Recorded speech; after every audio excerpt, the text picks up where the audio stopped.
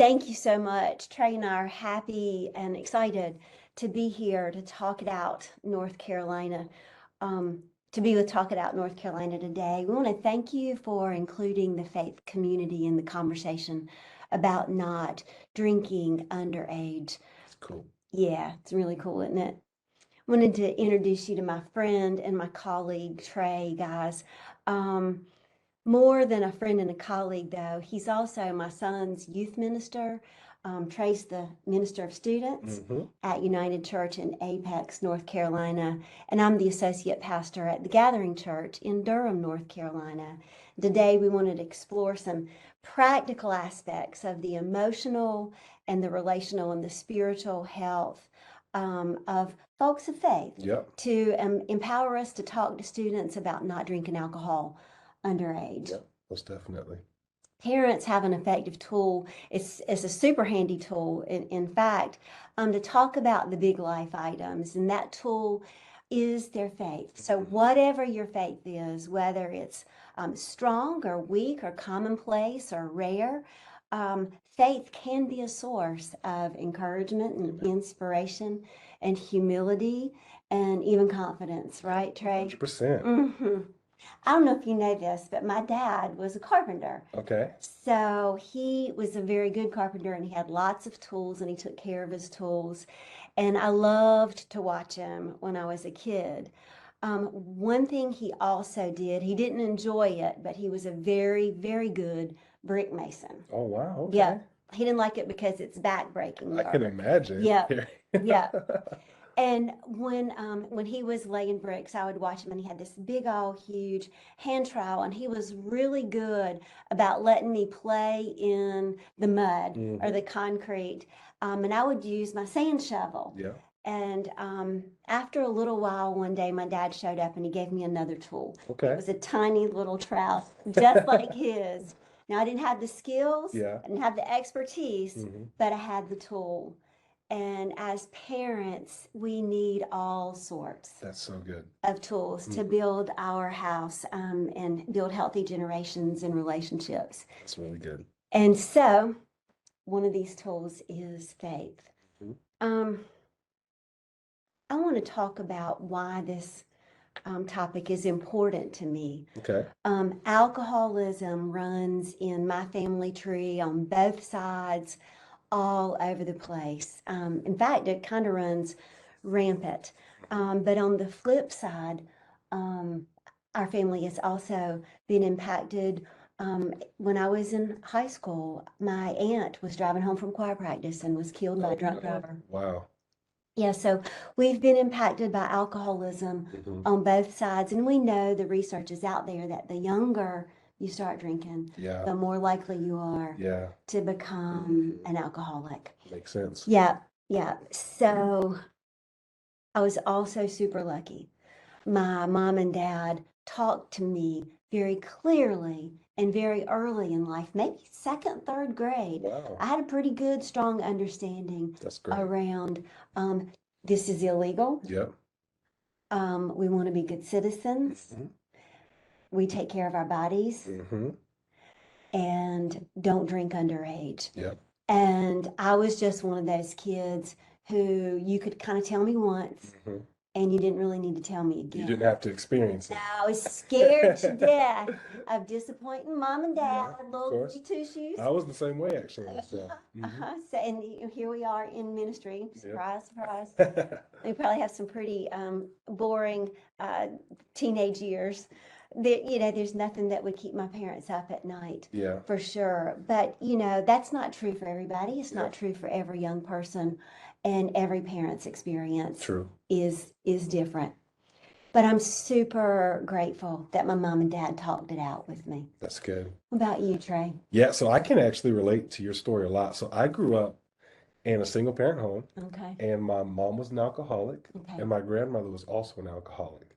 And so at a very young age, I got to see a lot of the devastation that alcohol can cause in the family. Mhm. And I can only imagine, thankfully, there were certain people that were put into my life at just the right amount of time, which is, I would call that faith component, right? Mhm. But I can imagine what would have happened if I had started drinking and started following the tracks that my mom did. Yeah. And of course, it's not about me, but my experience has allowed me to have a certain perspective, a certain Absolutely. perception of, we're talking about students who are Mhm. drinking underage and encourage them not to do that. And I'm excited because we're also going to be talking about the idea of how do we actually communicate with students to allow them to see. Yeah. Well, in my experience, I saw the consequences of what happens when you drink underage or just drink in general when it's Yeah. used abusively. Yeah. Similar to you, I also had a friend who died from a car accident because not only was he intoxicated, but he was in the car with another drunk driver. Yeah. And so I'm excited to have this conversation. Yeah, absolutely. For sure. I've noticed, and maybe this is just anecdotal experience to me, but it seems like people of faith have just as much of a hard time talking to their kids about crucial conversations as does, the public. Yeah. That we share that same um, reticence, Yeah. fear, Hmm. don't want to be hypocritical. Yeah. What do you see? Yeah. So working with students, I do think that parents may not have the same challenge and difficulty talking with their kids as regular parents. I just think that we don't do the best job doing it, if that makes Yeah. sense. I know we're going to get into this, but what we experienced back when we were growing up is not necessarily the same experiences that our students are facing today. So this is getting into the practical Yeah, piece. it Yeah. sure, it sure is. And going back to what I said earlier, I think that there's a disconnect that we have as parents and trying to connect with our students today, because I think what we have to share with them, right, of the consequences of drinking underage, what that can lead to, but it's not being conveyed correctly in a way that they're actually understanding. Mhm. And I think that comes from talking about the generation that we're in, right? Gen Z. Yeah. So I'm a what am I? Gen X. Okay. I'm not a boomer. I'm Hmm. a Gen X. Yeah. You're a A millennial? millennial, Gen Y. Yep. Gen Y. Hmm. So X, Y, And then and we're past talking about Z. talking about Z. And if there's one thing, and I love this, I love being a student pastor because you get to study people, study Mhm. young people. If there's one thing that this Generation Z craves and wants most of all in their relationships is authenticity. And I think the challenge that we have in conversations that parents, whether it's providers, whether it's even student pastors, right, is we think that we're having conversations with our students when really we're just telling them what we think that they should do and what Talking they at 'em. shouldn't do and talking at them, right? And one of the things that I've been challenged with as a youth pastor and helping my students grow and develop, and even talking about underage drinking, is getting their perspective, asking them questions like, what does underage drinking look like for you? What does that mean to you? Are there consequences for it? Do you see your peers doing it? What does it actually look like in your world? How do you feel about it? And what that does is it creates a channel of dialogue for you to talk with your students and gain trust. Mhm. And that allows you to pour Mhm. into their life to be able to help them because that old adage, which is so true, like people don't care what you know Until they until know how how much much you you care care. about them, right? And I think that we live in a world today where we can't just put rules on young people. Mhm. They need to grow and understand the principle behind those rules, Mhm. right? And that channel of communication grows that. Like, we can't just say, don't drink because it's illegal. I Right. think it's important we take it further and help them understand why is that even a rule? What's the Mhm. principle behind that, Why is right? this important? Taking care of yourself and understanding you're young, your body's still Mhm. growing and developing. It is illegal. There's consequences of that when you break the law. Like, there's a level of understanding that I know even as a young kid, like I never drank Period. Me because it either. wasn't, it wasn't because it was a rule, it was because I understood the principle why, because I saw Yeah. the consequences of what Yeah. could happen. Does Yeah. that make sense? Yep, for sure. It absolutely does. I know you've said this to my son Asa before, probably in the youth group Mhm. itself. Just because you can Doesn't mean you should. doesn't mean you should. It's not That's always right. beneficial, which is Yeah, true. yep, for sure. That means a lot as a parent. It's super helpful. Um, got a quick question. Yeah. In pretend world, Hmm. you went to divinity school, Yeah. go Campbell. Yeah, absolutely. And I know it takes a special kind of person to do youth ministry. Hmm. You've got to be able to hold those generational markers, the sociological markers, right there, top of mind at all time. Yeah. And so there are specialties in divinity school. Mhm. If you could design a divinity school class for future youth ministers, what would you want to make sure they know about enabling and empowering parents Yeah. when it comes to having those hard conversations like not drinking underage, those healthy communication patterns, as well as boundaries? Yeah, absolutely, 100%. So that's a good question because if I could design that class, it would all be rooted in first helping our youth pastors equip our parents in understanding that God has wired us specific ways. Like He's made us, Scripture says that we're fearfully and wonderfully made, right? That's right. And with that, a faith component is Mhm. each one of us is unique, Yeah. right? And so when it comes to our personalities, for me, the biggest gap why we see underage drinking and the frustration that parents have is that communication gap that's not being bridged. And so equipping these youth ministers, equipping these parents to understand the personalities of their students to best communicate with them, you know, helping our students being able to fully comprehend what the parents are trying to convey to them is huge. Just because you may say something to your student doesn't necessarily mean that they're understanding you, You may think right? they got it. Absolutely.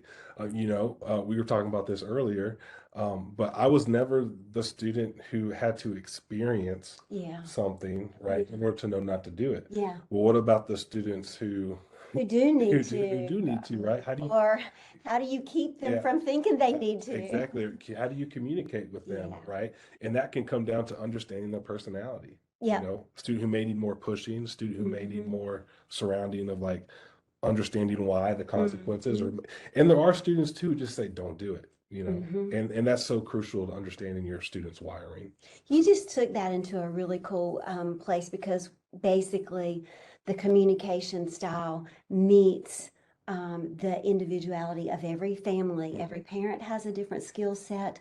I've got enough sense to know not to try to operate out of my husband's Yeah. skill set Yeah. and he mine. And the same thing, each child is different. And just because you're saying it doesn't mean that they understand it. When my daughter Grace was little, she spoke early on, but she didn't know what she was saying. Yeah. She looked at the pediatrician when she's just a tiny little tyke, and the pediatrician said, "Do you have any words, Grace?" And she said, "Occasionally, mommy eats at the cafeteria." That's funny. And I have no idea where it came from. And so the pediatrician said, "What's a cafeteria?" And Grace looked at me. She had no idea. Wow. She had no idea what a Yeah. cafeteria was. So just because we say it doesn't mean they understand it. Just because they can say it back Yeah, absolutely. doesn't mean they understand it. 100%. Yeah, so I just told a story. We're people of stories, people of faith, are sort of driven by and inspired by sacred historical stories from a sacred historical text.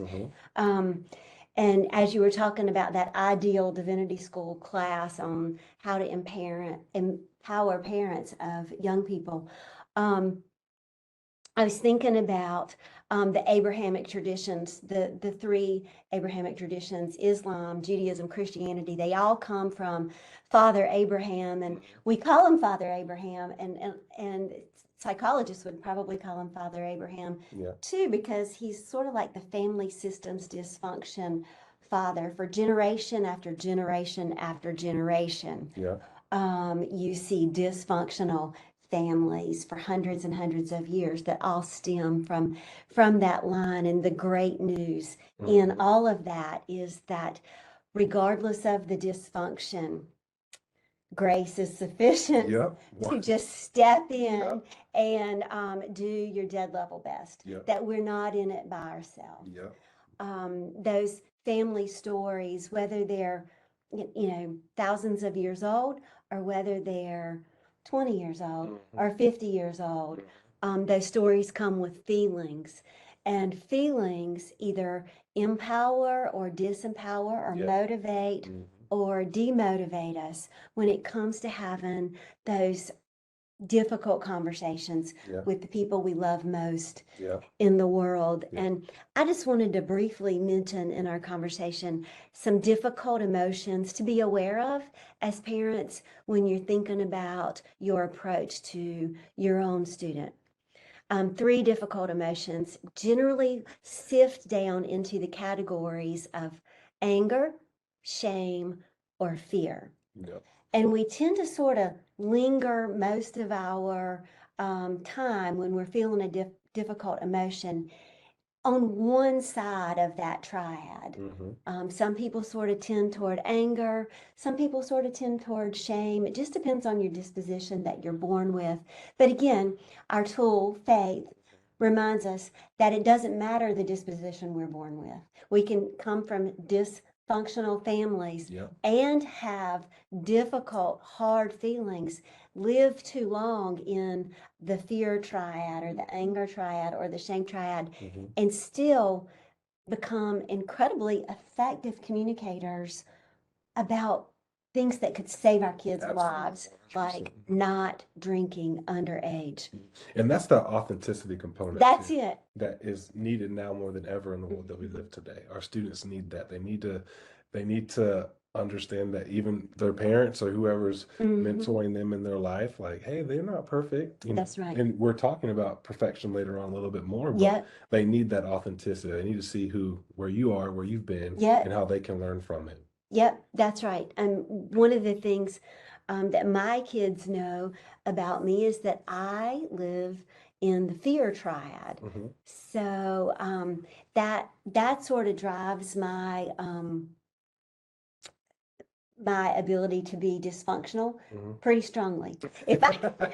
If I can harness that fear and use it in the right way, then I've accomplished something. But when I'm in the fear triad, I tend to break every rule of communication that you just mentioned. Yeah. And then I can go to harping, and then I can work myself up into a lather of anger, if I'm so inclined. Yeah. So I have to remember that these crucial conversations with my kids are backed up by grace. Yeah. And my favorite guy as of late for this last season of life has been this guy named Gideon. Oh yeah. And he's not known for his courage, and people of fear need to be reminded that you can be afraid, just have some courage and move in spite of the fear. Yep, absolutely. So courage obviously is not the absence of fear, it's that movement forward even while carrying the burden of fear. Yeah.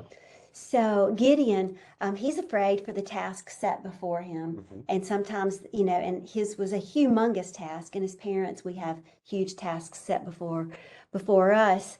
But God says to him, go with the strength you have.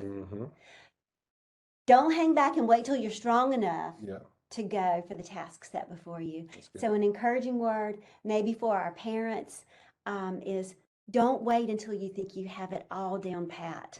Go with the strength you have.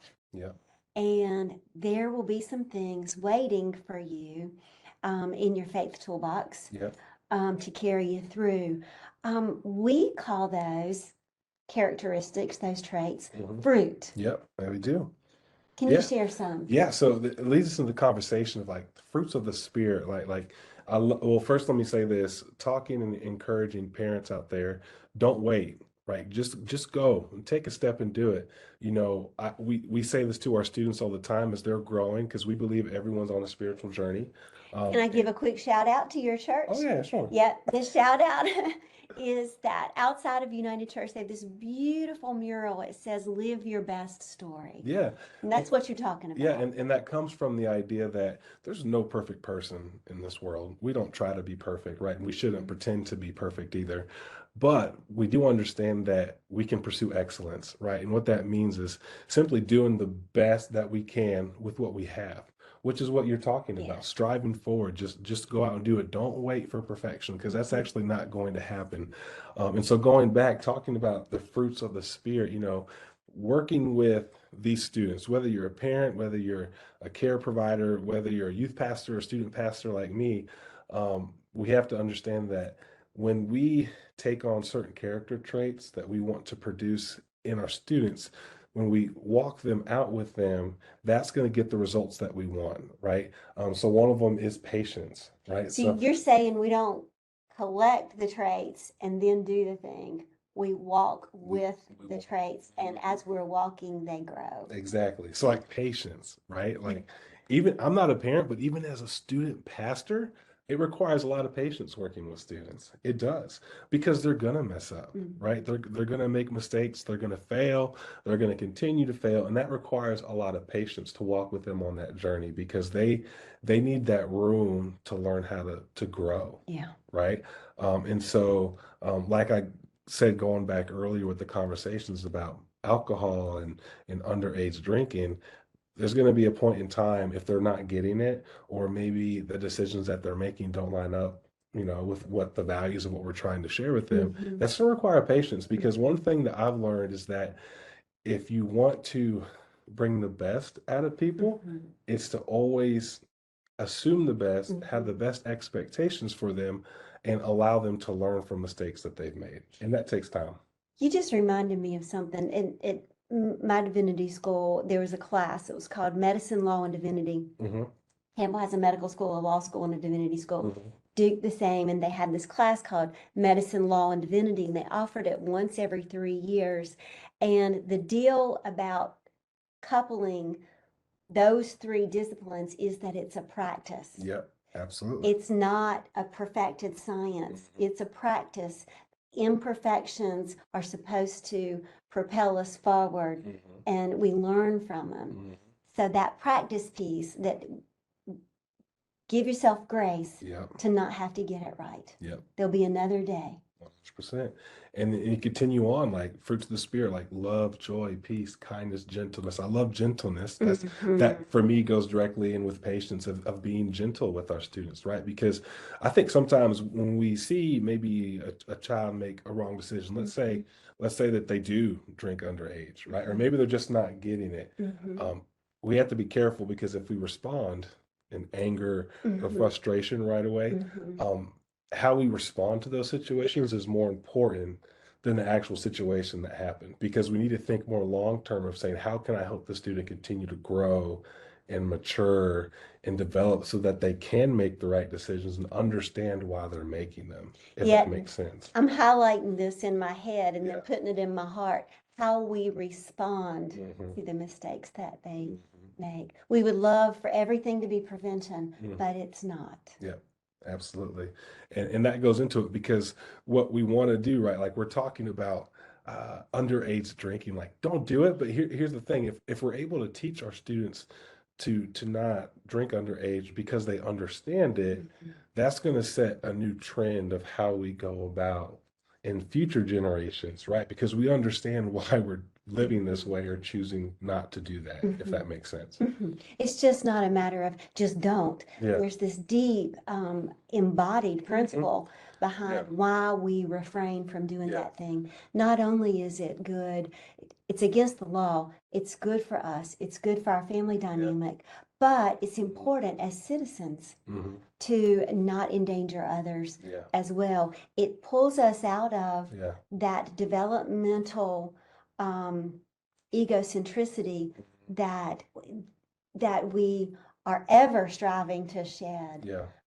to become more faithful and Yeah. expressive and embodied community members. Absolutely. Your church and my church place a primacy on being really good Yeah. in our communities to the Absolutely. people that we're around. Yeah. So, Yeah. And if it helps too, like I played college basketball, and so I like to relate it to that in the sense that we are teaching our young people to own the standard, not just follow the rule. oh, And that and own the that's standard. and that's the difference. That is the Yeah. huge difference. Because when you own something, you're going to take care of it and you're going Mm-hmm. to continue to grow in that. Mm-hmm. When you're just following a rule, you Mm-hmm. just like following a rule and Mm-hmm. don't really care in the sense of sharing it. It's just another rule, Yeah. Yeah, So for sure. hopefully that's helpful. I love the own the standard. Yeah. You were talking and it reminded me about everything that we're sort of working toward. It reminded me of this letter in the New Testament that Paul wrote to the church in Corinth. And he says, now these three remain: faith, hope, and love. Not shame, anger, and my personal favorite, fear, but faith, hope, and love. And the greatest of these Is love. Is love. That's right. At our church in Durham, the Gathering Church, we sing this song by the Porter's Gate, establish the work of our hands. I don't think I've heard it here before, but one of the lyrics says, for only what's done in love will remain. Mm. And That's good. yeah, Yeah. that's sort of my hope and my prayer is as parents who are trying to teach our children in the way that leads to the fullness of life, to joy and authenticity, to being a person who is trustworthy, that all that I would say and do remain nothing more than that what was done in love. That's so good. That's really good. Because that's what's set in stone, and that's what's going to remain, just like Scripture says. And we're continuing to move forward because we're called to train up children the way that they should go. And if we're doing it in faith, hope, and love, that's what's going to last, and that's what we want. Is that your last word, or do you want to say anything else? Oh man, I could go on forever, to be honest. But again, if I could say in the last words, kind of circling back, is the biggest thing as parents that you could do with your children, in my opinion, and specifically talking about alcohol and underage drinking, is first things first is we live in a different world today, and they're faced with different temptations, different things, specifically with alcohol and peer pressure of what does it mean to be a part of the scene than we were back growing up. They have access to so many things that we didn't have back in our day. And with that being said, is as parents, it's just very important that you are intentional in your student's life, in your child's life. And that's going to come through relationship. And I know in the world that we live, we're getting pulled so many different directions. But in my experience, the students that have a good handle, a good understanding of what alcohol is, and they truly own that standard of I'm not going to drink, typically it's because I see their parents, I see the fruits of those relationships that come with that. Students who may struggle or trying to find their own identity, and they may turn to alcohol, or they may turn to fall into the peer pressure that other teenagers or other adults that they look at put on them. They typically don't have a tight relationship with their mom and dad, or maybe their parents are a little struggling in their own instance. And so I would just say, if you are looking to invest in your child's life and helping them understand, be intentional about the relationship that you have with them, because I think that's going to make the biggest difference for them. Yeah, for sure. You just said something that hit me. If we have the privilege of being in your ear today, and you're a person who does or has in the past struggled with alcoholism, that experience does in no way, shape, or form exclude you from having the conversation. Oh, In yeah. fact, it may actually make you the Yeah. the So, gold standard for yeah. talking, because your lived experience about this carries with it a significant and very important weight. So if we've got the privilege of having somebody who has been in the throes or is currently in the throes of alcoholism, you are the Gideon. Go in the strength you have. Yeah. 100%. Yeah, because you are sufficient. Your story matters well more than you probably are giving yourself credit for. So give yourself some credit. Go with courage, and we want to thank you, especially Talk It Out, NC, for letting us spend some time together. Yeah. We had an official excuse to spend time together. So thank you guys so much for letting us be a part of the conversation. And if you've got any questions, we hope that you'll feel free to reach out to us. And, people of faith, we have this habit of benedicting. We benedict everything. So I'll benedict us and say, go in the strength you have, and in your life, may only what you've done in love remain. Grace and peace, friends.